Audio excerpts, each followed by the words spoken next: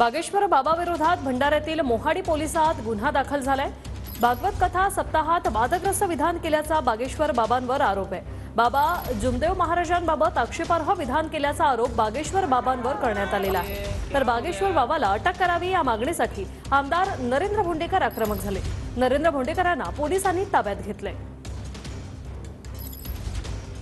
जिल्हा प्रशासनाला अल्टिमेट दिलेला आहे की 3-4 वाजेपर्यंत त्यांनी त्याच्यावरती अटक करून कारवाई करावी, अन्यथा 4च्या नंतर जे काही जिल्ह्यामध्ये अशांतता निर्माण होईल याचे जबाबदार जिल्हा प्रशासन राहील।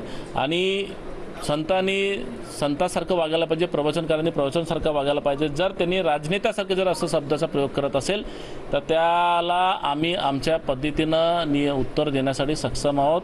तू आम्हाला आव्हान करतस बागेश्वर महाराज, आम्ही तुझं आव्हान स्वीकारतो।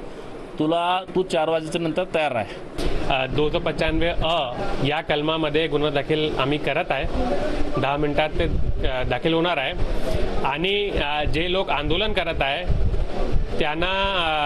त्यांना रोखण्यासाठी आम्ही मोठा पोलीस बंदोबस्त लावलेला आहे। आणि जे बागेश्वर धाम महाराज आहेत ते पण त्यांचे जे प्रवचन आहे त्याच्या माध्यमातून त्यांचे जस्टिफिकेशन देणार आहे। पण आम्ही पोलीस फोर्स पण सज्ज आहे। आणि जे लोक आता कायदा व्यवस्थेमध्ये जे प्रॉब्लेम क्रिएट करणार आहेत त्यांच्यावर पण आम्ही उपयुक्त कारवाई करणार आहे।